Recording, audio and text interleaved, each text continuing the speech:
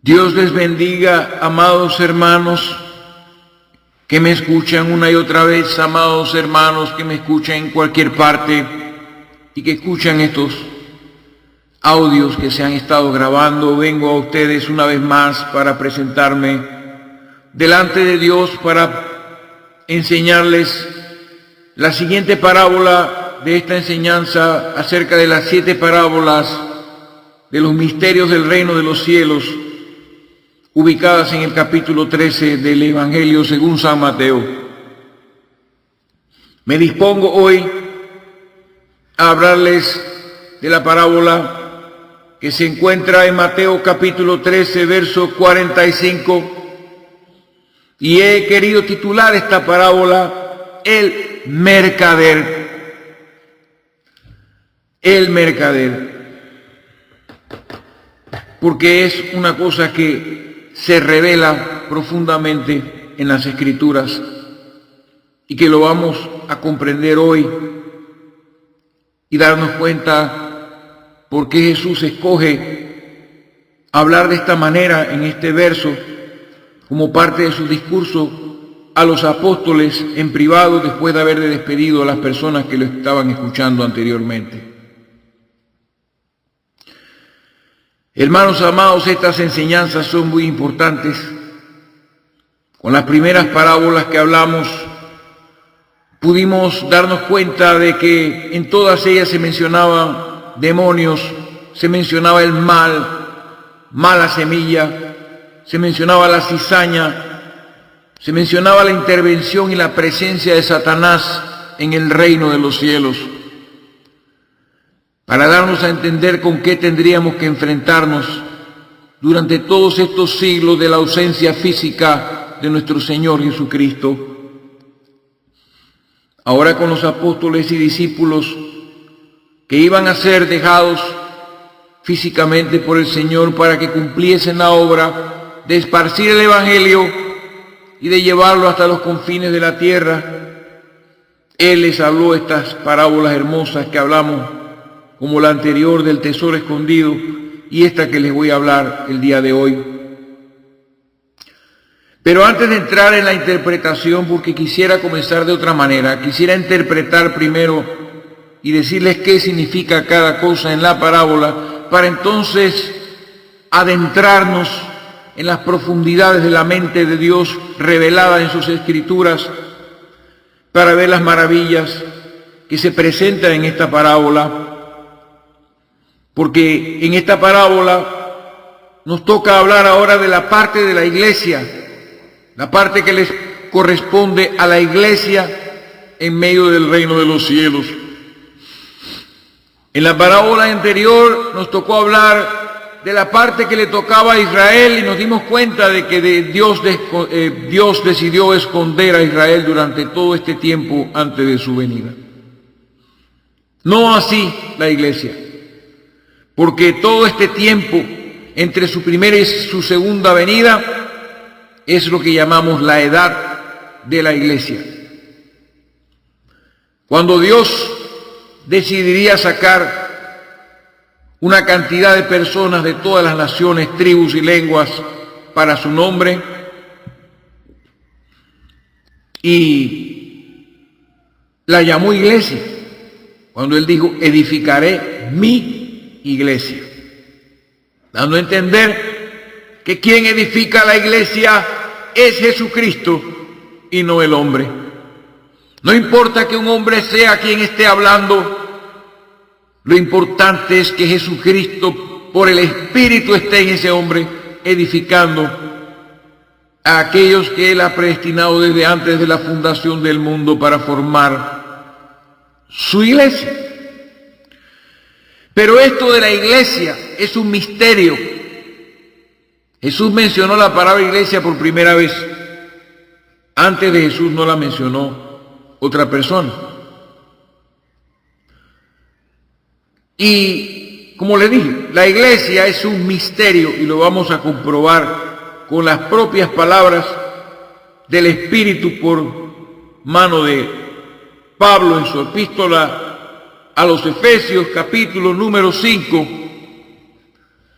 versículo número 23, lo cual vamos a leer. Y antes de interpretar la parábola, porque les dije que lo primero que voy a hacer es decirles qué significa cada cosa en la parábola, para después entonces extraer y exprimirla, sacando de las escrituras todas las maravillas que se relacionan con esta parábola. Trataré de no alargar tanto las cosas, que ciertamente estos mensajes no son para todos, cualquiera los puede escuchar, pero esto está diseñado por Dios para aquellos que tienen oídos para oír y ojos para ver. Leemos Efesios. Vámonos a la epístola del apóstol San Pablo a los Efesios para poder comprobar que ciertamente la relación de Jesucristo con su iglesia y la existencia de la iglesia es un misterio. Misterio que ya ha sido revelado, y en este tiempo donde Dios ha regresado a visitar este mundo para recoger lo que queda en él, ha expandido mucho más la visión de este misterio de la iglesia por medio de todas estas enseñanzas. Les leo Efesios capítulo 5, verso 23 al 32. Porque el marido es cabeza de la mujer, así como Cristo es cabeza de la iglesia. Oiga esto, la cual es su cuerpo y Él es su Salvador. Así que como la iglesia está sujeta a Cristo, así también las casadas lo estén a sus maridos en todo. Maridos, amad a vuestras mujeres, así como Cristo amó a la iglesia y se entregó a sí mismo por ella, para santificarla, habiéndola purificado en el lavamiento del agua por la palabra, a fin de presentársela a sí mismo una iglesia gloriosa, que no tuviese mancha, ni arruga, ni cosa semejante, sino que fuese santa y sin mancha. Así también los maridos deben amar a sus mujeres como a sus mismos cuerpos. El que ama a su mujer, a sí mismo se ama. Porque nadie aborreció jamás a su propia carne, sino que la sustenta y la cuida, como también Cristo a la iglesia, porque somos miembros de su cuerpo. Escuche esto: de su carne y de sus huesos. Por esto dejará el hombre a su padre y a su madre, y se unirá a su mujer, y los dos serán una sola carne. Grande es este misterio. Ahí está la palabra que les quiero decir. Mas yo digo esto respecto de Cristo y de la iglesia. Por lo demás, cada uno de vosotros ame también a su mujer como a sí mismo, y la mujer respete a su marido. Entonces, cuando vemos el verso 32, donde dice: grande es este misterio, mas yo digo esto respecto de Cristo y de la iglesia, nos enseña que el apóstol Pablo, por el Espíritu, está comparando la relación de un hombre con su mujer con la de Cristo y la iglesia, convirtiendo a la iglesia entonces en la esposa de Jesucristo, en la novia del Cordero. Y él hace alusión a Génesis capítulo 2, verso 24, para tomar de la Escritura una figura, el anuncio, un tipo, una prefiguración de la relación de Jesucristo con su iglesia, como la de un hombre y una mujer, como la de Adán y Eva, y nosotros ya hemos enseñado esto, que Eva representaba a la iglesia y el primer Adán representaba a Cristo, el segundo Adán, el postrer Adán. Entonces, esto es un misterio y muchos de ustedes, perdone la palabra, algunos de ustedes ya han podido entender esto por medio de las enseñanzas que hemos dado anteriormente. La iglesia es la novia del Cordero y está desposada con él. Y esta relación es presentada, como les dije, en la forma de un misterio, y un misterio grande, como dice el apóstol Pablo.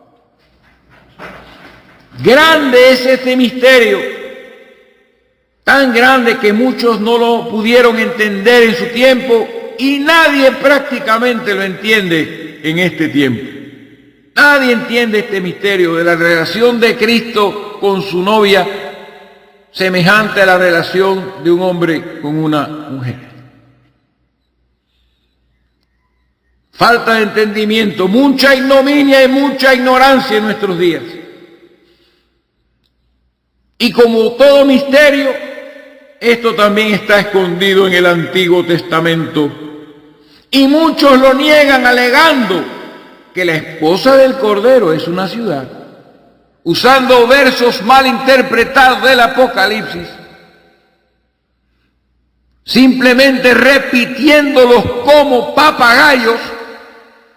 Hablan de que la novia del Cordero es la Nueva Jerusalén, porque se habla de ella como la esposa, ¿verdad? Y eso, lamentablemente, destruye toda la evidencia que estoy a punto de presentarles a todos los que me escuchan. Y esto de que la novia, la esposa del Cordero, es una ciudad y no es la iglesia.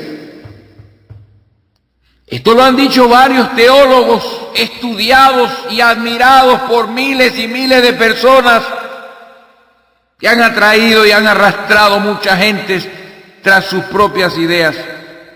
Destrozan la palabra, la dislocan, como cuando un hombre es estirado y todas sus coyunturas son separadas, causando tormento en el cuerpo. Así toda esta teología diabólica de nuestros días está causando dolor en el corazón de nuestro Dios, está torturando la paciencia de nuestro Señor, dislocando, quebrando los huesos del cuerpo, separándolos,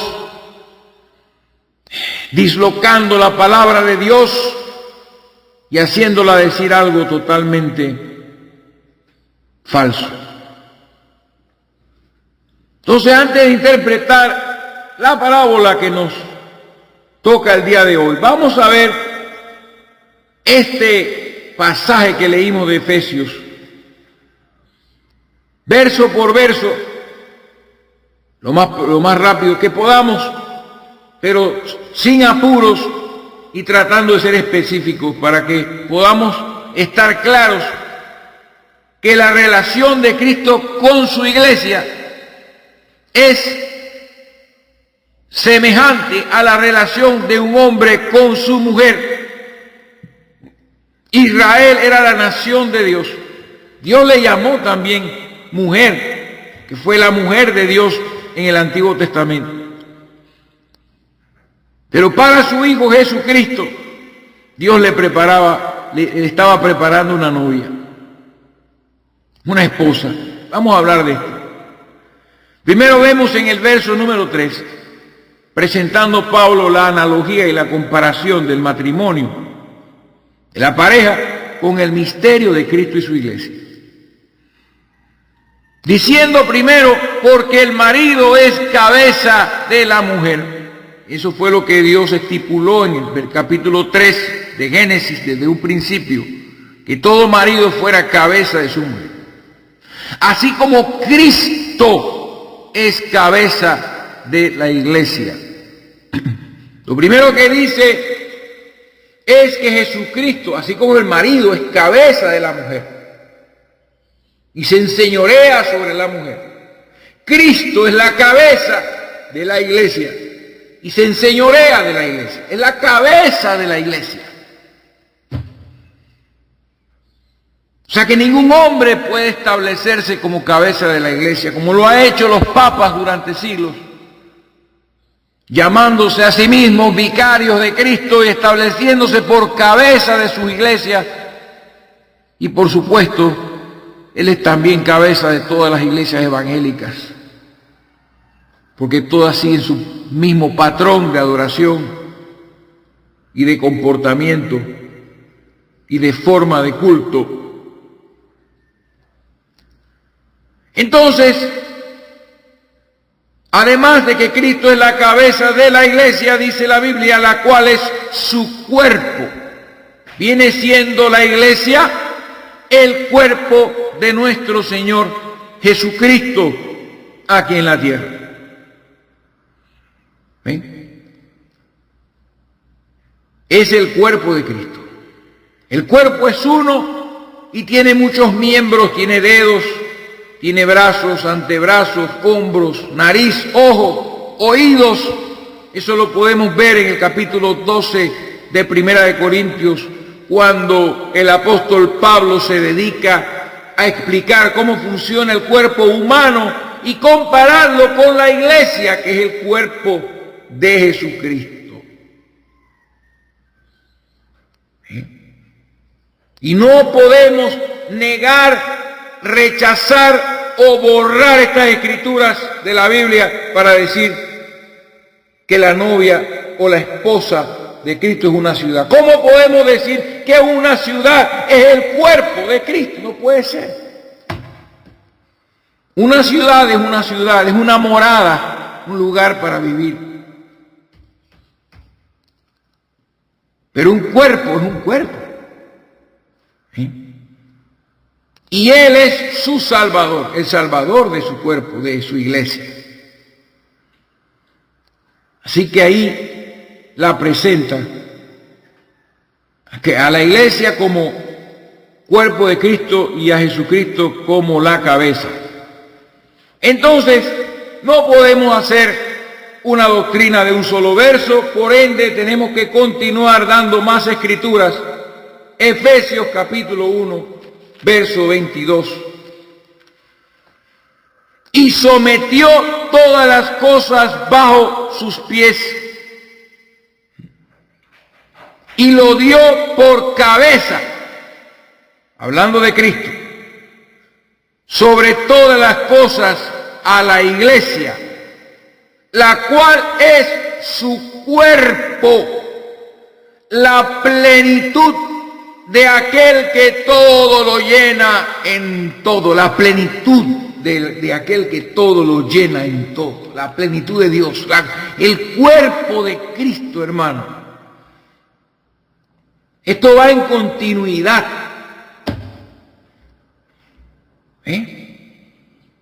Entonces, repite el apóstol Pablo que Cristo fue puesto por cabeza sobre todas las cosas a la iglesia, la cual es su cuerpo, la plenitud de aquel que todo lo llena en todo. La iglesia, por eso también, como sale del verbo, ella también es verbo, es parte del verbo.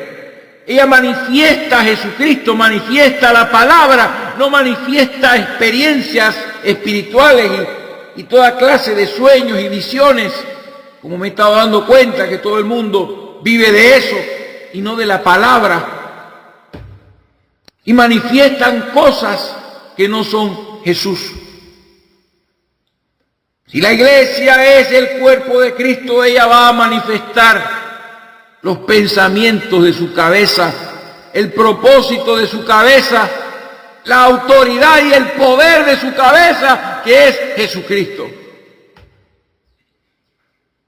Esto es muy importante. Y vamos a seguir buscando evidencias. Vamos a seguir buscando evidencias. Porque les tengo aquí también Efesios capítulo 4. En Efesios se habla mucho de esto. Versos 14 al 16, donde dice la Escritura, para que ya no seamos niños fluctuantes llevados por doquiera de todo viento de doctrina, por estratagema de hombres que para engañar emplean con astucia las artimañas del error, sino que siguiendo la verdad en amor, crezcamos en todo en aquel que es la cabeza, esto es Cristo, de quien todo el cuerpo, mire esta descripción, de quien todo el cuerpo bien concentrado y unido entre sí por todas las coyunturas que se ayudan mutuamente según la actividad propia de cada miembro, recibe su crecimiento para ir edificándose en amor. ¿No ven? Y es que de la cabeza viene todo. Hermano, una persona puede morirse de un infarto y volver a vivir, pero la muerte cerebral es instantánea. El cuerpo muere totalmente. De la cabeza proceden, del cerebro, no de la cabeza, del cuerpo, proceden las ideas, proceden los planes y todas las señales nerviosas que por medio del sistema nervioso nos permite mover nuestro cuerpo, mover nuestras manos, nuestros pies, tener ideas, hablar, conversar, meditar. Entonces dice, siguiendo la verdad o siguiendo la Biblia, la palabra de Dios que es la verdad, en amor, crezcamos. Tiene que haber un crecimiento en todo, en todas las cosas, en aquel que es la cabeza, esto es Cristo. Entonces dice, de quien todo el cuerpo, o sea, la iglesia, bien concentrada y unida entre sí, ¿se dan cuenta? No podemos dislocar la iglesia, partirla en pedazos y ponerle nombre a cada pedazo.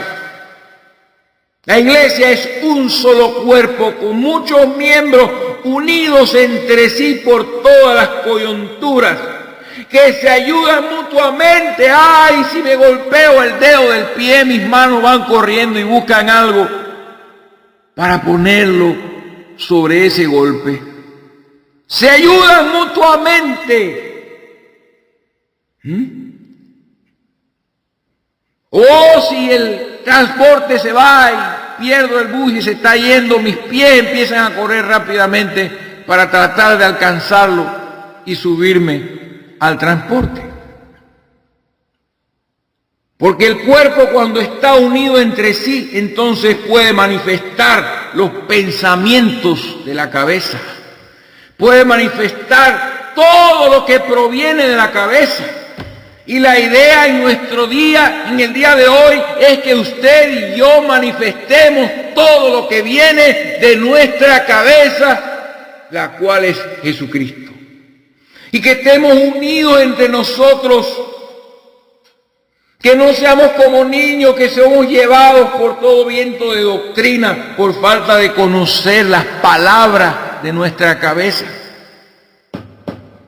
Estratagemas de hombres que para engañar emplean con astucia las artimañas de error. No hay excusa para aquellos que son engañados, porque lo han sido a causa de haber dejado atrás su cabeza.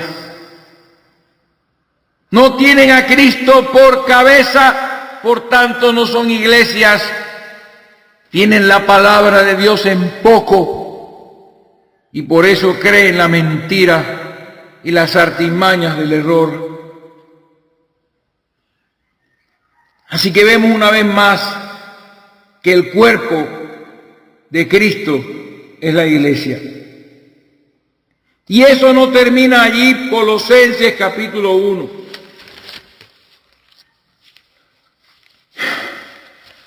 Colosenses capítulo 1, verso 18. Dice, hablando de Jesucristo, y Él es la cabeza del cuerpo, que es la iglesia.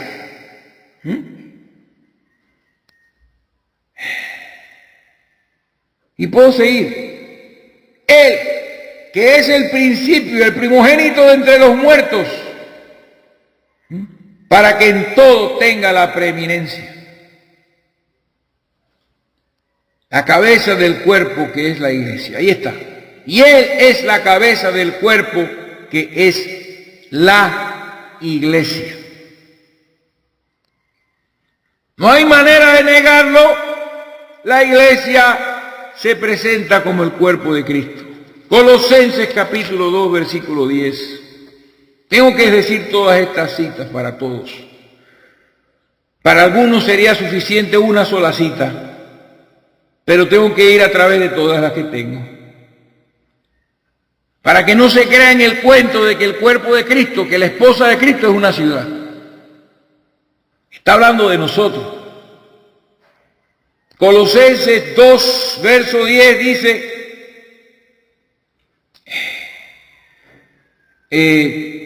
bueno, no sé si es Colosenses o 2, 18 y 19.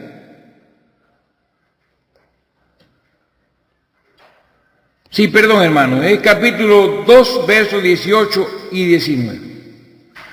Dice, nadie os prive de vuestro premio. Hay un premio. Afectando humildad y culto a los ángeles, entremetiéndose en lo que no ha visto, vanamente hinchado por su propia mente carnal, y no haciéndose de la cabeza, con mayúscula está esto escrito aquí, que es Cristo, en virtud de quien todo el cuerpo, nutriéndose y uniéndose por las coyunturas y ligamentos, crece con el crecimiento que da Dios. Yo sembré, Apolo regó, pero el crecimiento lo da Dios. Tenemos que asirnos de Cristo. Jesucristo es la palabra. El crecimiento viene por la palabra. Y la prueba es que algunos de ustedes, con todo esto que se ha enseñado, han crecido rápidamente. Como les di en el mensaje pasado, compárense con cómo eran ustedes antes de empezar a escuchar estas cosas. Y mírense ahora cómo están. Porque se han nacido de la cabeza, es Jesucristo. Dice, de quien todo el cuerpo nutriéndose, ustedes se están nutriendo de las palabras habladas. Nutrirse, alimentarse, fortalecerse, fortaleceos en el Señor y en la potencia de su fortaleza, dice la Escritura. Fortalecerse en el Señor es fortalecerse en nuestra cabeza. Cuando una cabeza de un cuerpo, cuando un cerebro está enfermo, el cuerpo no funciona bien. Dígamelo a mí, que he sufrido tanto de mi cerebro. Toda mi infancia, toda mi vida ha sido un sufrimiento sobre este cerebro. Cuando el cerebro va perdiendo sus capacidades, la gente va perdiendo el sentido. comienzan y dejan de reconocer a las personas y comienzan a vivir un mundo falso y a ver cosas. El cuerpo empieza a funcionar mal. Cuando alguien tiene parálisis cerebral, no tiene capacidad de hacer nada con su cuerpo porque su cerebro está enfermo de nacimiento. Pero nuestro Dios, nuestro Jesucristo no está enfermo. No hay enfermedad que jamás le haya tocado. En Él está la vida, y la vida es la luz de los hombres. Y la luz resplandece en las tinieblas, y las tinieblas no prevalecieron contra ella. Nadie les prive, nadie les quita el premio que les está siendo guardado para ser otorgado muy pronto. Agárrense de la cabeza, agárrense de la palabra. Pongan su fundamento en estas cosas que están oyendo y nútranse y aliméntense de ellas, y ustedes verán que estaremos cada vez más unidos por las coyunturas y ligamentos, creciendo no con el crecimiento que dan los hombres, sino con el crecimiento que da Dios sobrenatural por medio de la palabra hablada y revelada. Así que, otra prueba más de lo que hemos estado diciendo. Y finalmente, les leo 1 Corintios, capítulo 12. 1 Corintios, capítulo 12, versículos 12 y 13. Porque así como el cuerpo es uno, y tiene muchos miembros, pero todos los miembros del cuerpo, siendo muchos, son un solo cuerpo. Así también Cristo, porque por un solo espíritu fuimos todos bautizados en un cuerpo, sean judíos, sean griegos, sean esclavos o libres, y a todos nos dio a beber de un mismo espíritu. ¿Lo ven, hermanos? A todos nos dio a beber de un mismo espíritu. Y eso es lo que nos hace uno. Eso es lo que muchos no entienden. No puede haber división en el cuerpo de Cristo. El cuerpo de Cristo no es tan manco ni cojo. Y el cuerpo de Cristo no se mide por cantidad de miembros.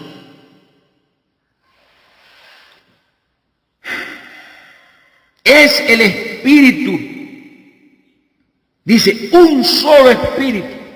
Por un solo espíritu fuimos todos bautizados en un cuerpo.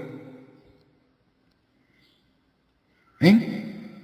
El cuerpo de Cristo, porque todos tienen un espíritu, cada miembro tiene el mismo espíritu, y hacen que los miembros, aunque estén separados por distancia, sean un solo cuerpo a causa de la misma palabra, la misma revelación, el mismo Señor, la misma fe, el mismo bautismo, la misma esperanza de gloria, las mismas promesas. Y el mismo Dios de Abraham, de Isaac y de Jacob.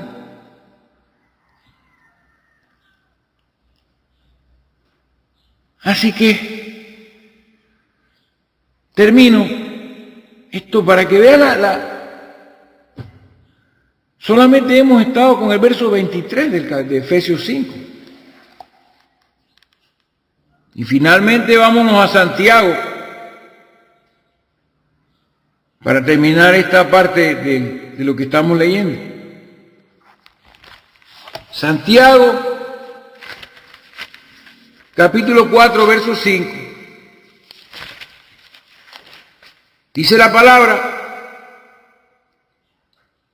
¿o pensáis que la Escritura dice en vano, el Espíritu que Él ha hecho morar en nosotros nos anhela celosamente? O sea, el Espíritu que Él ha hecho morar en nosotros nos cela. Jesucristo, por el Espíritu de Cristo nos anhela celosamente. No nos quiere compartir con nada ni con nadie en este mundo. Él quiere toda la atención para Él, todo el amor para Él. Y es que el cuerpo de una persona le sirve a la cabeza todo el tiempo. Todos los miembros del cuerpo le sirven a la cabeza. Todo lo que sale de la cabeza. Si quiero mover una mano, la muevo. Así como yo acabo de mover mi mano, porque de mi cabeza salió una orden invisible por el sistema nervioso de que moviera mi mano, y la mano se movió. Y lo que estoy hablando, todo lo estoy hablando, porque mi cabeza me permite mover mis labios, mover mi lengua, alzar mi voz, bajar la voz, expresarme de la manera en que lo hago. Entonces, el Espíritu que Dios ha hecho morar en nosotros, el Espíritu que ha regresado después de siglos a recoger a lo poco que queda en esta tierra, es un Espíritu celoso, porque dice la palabra, yo Jehová, mi nombre es celoso. No nos quiere compartir con nada. Él quiere que todos estemos sujetos a Él. Que todo sea Él. Que nuestra vida sea Él. Que nuestro pensamiento sea Él. Que nuestro amor sea Él. Y no nos quiere compartir con los quehaceres de la vida. No nos quiere compartir con los entretenimientos de la vida, no nos quiere compartir con nada que el diablo haga en este mundo, no nos quiere compartir con absolutamente nada ni nadie, no nos quiere compartir con líderes falsos, no nos quiere compartir con todas las cosas que el diablo ofrece en este mundo. Él nos quiere para Él, porque así son los esposos, celosos de sus mujeres. No aceptan que sus mujeres estén viéndose con otros hombres. Y volvemos a Efesios, capítulo 5, verso 25 al 27. Maridos, amad a vuestras mujeres, así como Cristo amó a la iglesia y se entregó a sí mismo por ella. Aquí habla entonces del amor que Jesucristo nos tuvo. Cuando Él pudo ver a su iglesia, a su novia completa desde antes de la fundación del mundo, todos los que estaban escritos en el libro de la vida del Cordero, Él pudo verlos antes, desde antes que cualquier cosa existiera. Ya estaba predestinada una novia para el Hijo de Dios. Y desde aquel momento siempre la amó y la deseó. El amor de Cristo por su iglesia se manifiesta de la manera en que Él se ofreció a sí mismo, derramando su propia sangre, su propia vida, dejándose escupir y golpear, insultar y abofetear, pagando el precio por ella para redimirla de entre todas las naciones. Porque Él la vio desde antemano y sabía dónde estarían en todas las edades aquellos escogidos. Y por ellos Él se entregó a sí mismo. Leemos Tito capítulo 3. Leamos Tito capítulo 3, versos 4 y 5. Dice la palabra, vamos a ver el verso 3, que esto tiene que ver con lo que estamos hablando y las parábolas que vamos a hablar. Porque todos nosotros, capítulo 3 de Tito, Tito 3, versículo 3. Porque todos nosotros también éramos en otro tiempo, escúchelo bien y recuérdelo, insensatos, rebeldes, extraviados, esclavos de concupiscencias y de deleites diversos, viviendo en malicia y envidia. Eso éramos todos nosotros antes. Y aborrecibles, eso éramos todos nosotros antes. Yo me meto como el primero, el más aborrecible de todos.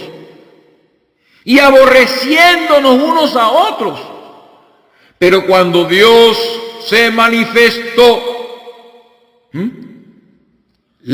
pero cuando se manifestó, escuche esto, la bondad de Dios nuestro Salvador y su amor para con los hombres, nos salvó, no por obras de justicia que nosotros hubiésemos hecho, sino por su misericordia y por el lavamiento de la regeneración, que es por la palabra, y por la renovación en el Espíritu Santo, el cual derramó en nosotros abundantemente por Jesucristo nuestro Señor, para que justificados por su gracia viniésemos a ser herederos conforme a la esperanza de la vida eterna.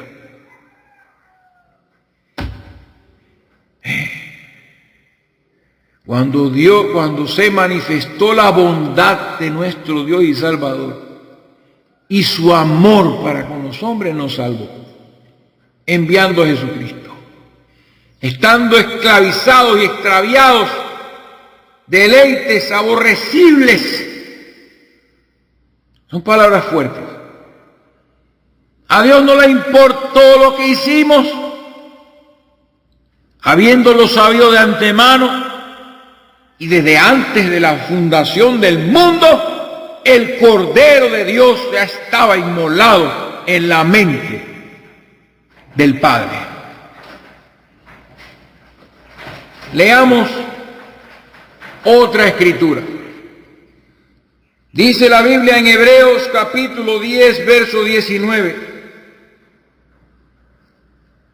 Así que, hermanos, teniendo libertad para entrar en el lugar santísimo por la sangre de Jesucristo, por el camino nuevo y vivo, no un camino hecho por hombres, sino un camino vivo. Él dijo: yo soy el camino, que Él nos abrió a través del velo, esto es, de su carne. Y teniendo un gran sacerdote sobre la casa de Dios, acerquémonos con corazón sincero, en plena certidumbre de fe, purificados los corazones de mala conciencia y lavados los cuerpos con agua pura. Eso lo vamos a ver, porque eso es una alusión al Antiguo Testamento, al lavacro que había frente al tabernáculo, donde todo sacerdote tenía que lavar su cuerpo primero antes de entrar en esa agua, en el tabernáculo. Lavarse, esa agua pura representa la palabra. Lavados los cuerpos con agua pura. Tenemos más versículos para confirmar lo que les estoy diciendo. Entonces en el verso 3 dice: mantengamos firmes sin fluctuar la profesión de nuestra esperanza, porque fiel es el que prometió. Así que Dios nos amó desde antes de la fundación del mundo, y en su mente sacrificó al Cordero, y en el tiempo estipulado ese sacrificio fue hecho para darnos entrada a nosotros libremente a la presencia de Dios. Derrama Jesús su sangre para santificar a su iglesia. ¿Sí? Verso 25 y 27. O sea, estamos en Efesios capítulo 5, versos 26 y 27. Se entregó a sí mismo por ella para santificarla, habiéndola purificado en el lavamiento del agua por la palabra. La palabra lavamiento allí se traduce en la versión antigua como el lavacro, que es precisamente la tina de agua que había frente al tabernáculo. Él está haciendo alusión al tabernáculo. Habiéndola purificado en el lavacro por la palabra. La iglesia de Cristo, el cuerpo de Cristo, no se lava con doctrinas de hombres, no se lava con espíritus de adivinación, no se lava con espíritus que van en contra de las Escrituras. Al contrario, el cuerpo de Cristo es lavado, purificado en el lavacro, el tabernáculo, del agua, por la palabra.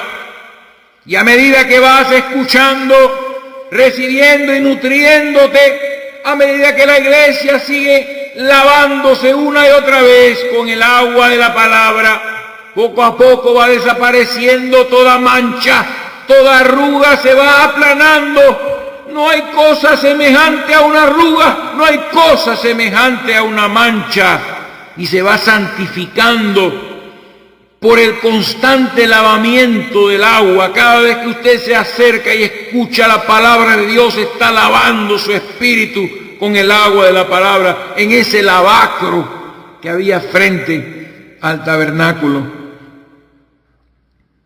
Y eso lo vamos a seguir confirmando. Ahí se lo voy a confirmar con el capítulo número 13 de Juan. Juan capítulo 13, versículo número 10. La Escritura claramente dijo, las palabras de Jesús están escritas, allí. Capítulo 13 de Juan, verso 10. Jesús le dijo, el que está lavado no necesita lavarse los pies, pues está todo limpio. Ahí está.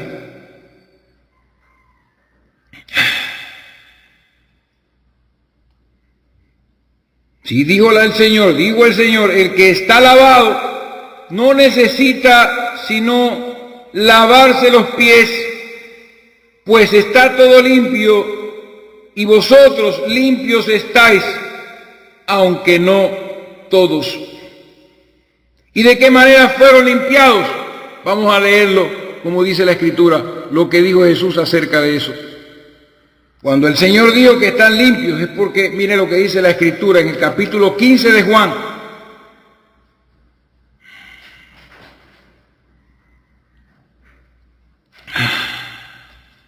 Capítulo número 15, versículo número 2 y 3. Escuche bien. Todo pámpano que en mí no lleva fruto lo quitará, y todo aquel que lleva fruto, oiga esto, lo limpiará para que lleve más fruto. Y el verso 3 dice, ya vosotros estáis limpios por la palabra que os he hablado. Y si el espíritu de aquel que dijo estas cosas ha regresado a nosotros, entonces eso nos da a entender que el Señor nos está limpiando por la palabra que se está hablando. Porque el resultado de todas estas palabras que se hablan, el resultado es que algunos se han obsesionado con las Escrituras, se han obsesionado con Dios, se han obsesionado de tal manera que sacrifican horas de sueño y buscan tiempo donde no hay para alimentarse de estas cosas, llevando fruto y manifestando la fe de Jesucristo. Así que Dios nos está limpiando de nuevo ha regresado a nosotros nuestro Señor en la forma del Espíritu Santo, a limpiarnos para presentarnos juntamente con toda la iglesia que va a resucitar, sin mancha, sin arruga, limpios. ¿Sí? Como lo leímos en Efesios. Entonces seguimos. La limpia por el lavacro, por la palabra, para presentársela glorificada, compartiendo su divinidad, viniendo a ser entonces la iglesia cuerpo de su cuerpo y carne de su carne. Como Adán dijo de Eva en Génesis 2:23, ahora esta será llamada varona, porque del varón fue tomada. Esto es carne de mi carne y hueso de mis huesos. Ese es el futuro de la novia de Cristo. Tener el cuerpo que tiene Jesucristo en este instante físicamente. Un cuerpo glorificado. Por eso dice la Escritura, para santificarla, Efesios 5:26, habiéndola purificado en el lavamiento del agua por la palabra, a fin de presentársela a sí mismo una iglesia gloriosa, o sea, glorificada, que no tuviese mancha ni arruga. Y con esta palabra, todas las arrugas que habían en nuestra vestidura se han estado planchando con el calor y el fuego del Espíritu Santo que emana de la palabra revelada y nos va formando y dando crecimiento conforme a la estatura de nuestro Señor, que es nuestra cabeza. Ni cosa semejante, sino que fuese santa y sin mancha. Y veamos qué dice Efesios 5:2. Dice la palabra: y andad en amor, como también Cristo nos amó. Porque esto es lo que dice la Escritura en el verso 28 y 29. Dice la Biblia, del 28 al 30. Efesios 5, 28 al 30. Así también los maridos deben amar a sus mujeres como a sus mismos cuerpos. El que ama a su mujer, a sí mismo se ama. Porque nadie aborreció jamás a su propia carne, sino que la sustenta y la cuida. Nadie aborrece su propio cuerpo. Cuando está sucio, lo lavamos. Cuando está enfermo, lo curamos. Cuando está hambriento, le damos de comer. Cuando de alguna manera se daña, tratamos de repararlo y lo sustentamos con la alimentación. Entonces, como también Cristo a la iglesia. Verso 30, porque somos miembros de su cuerpo, de su carne y de sus huesos, como dijo Adán. ¿Se dan cuenta, hermanos? Todo esto es una comparación para que ustedes vean que la iglesia es la esposa de Jesucristo, es la mujer del Hijo de Dios. No es una simple nación, es una relación más cercana. Eso lo vamos a hacer las comparaciones más adelante, no me quiero adelantar a esas cosas. Entonces, en Juan 15:9, bueno, ya leímos Juan 15:9. Primera de Juan 3:16. A ver qué dice Primera de Juan 3:16.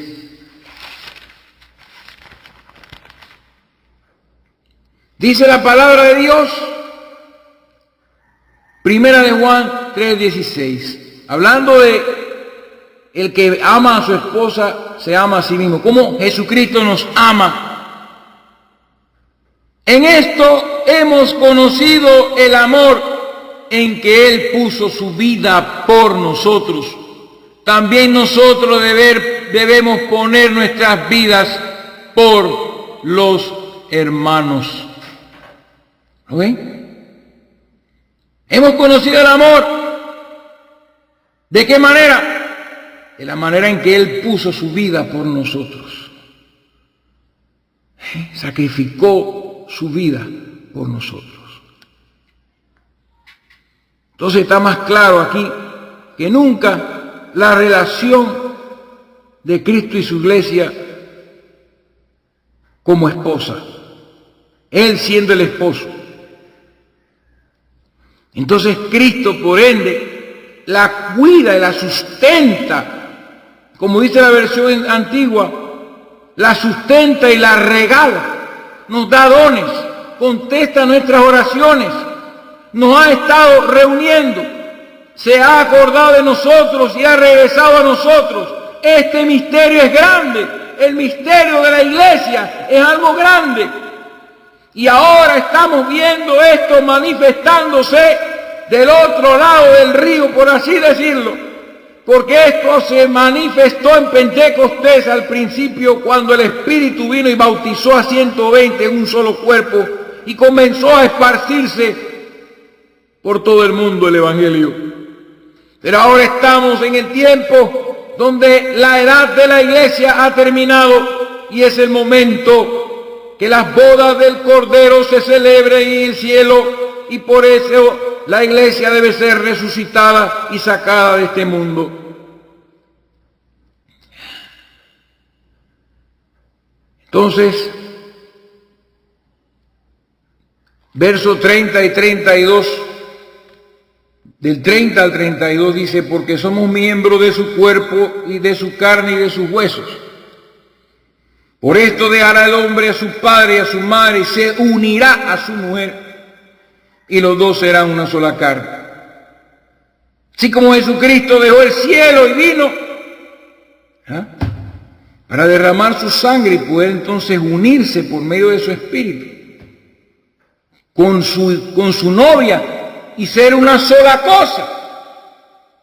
Sí, que aunque tengamos cuerpos de carne venidos por sexos y hemos sido bautizados por el Espíritu, entonces ya somos el cuerpo de Cristo, esperando la redención de nuestros propios cuerpos y poder compartir su divinidad cuando llegue la hora. Grande es este misterio, mas yo lo digo esto con respecto de Cristo y de la iglesia. Eso es lo que yo quería decirles primero antes de entrar en esta parábola, para que ustedes puedan ver la comparación. Entonces, dice: grande es este misterio, y todos los misterios de Dios están plasmados en la Escritura. Hay algunos que fueron sellados, como los 7 truenos que suenan en el Apocalipsis, que cuando Juan iba a escribir se le dijo: no escribas lo que los 7 truenos han dicho. Un día hablaremos de ese tema.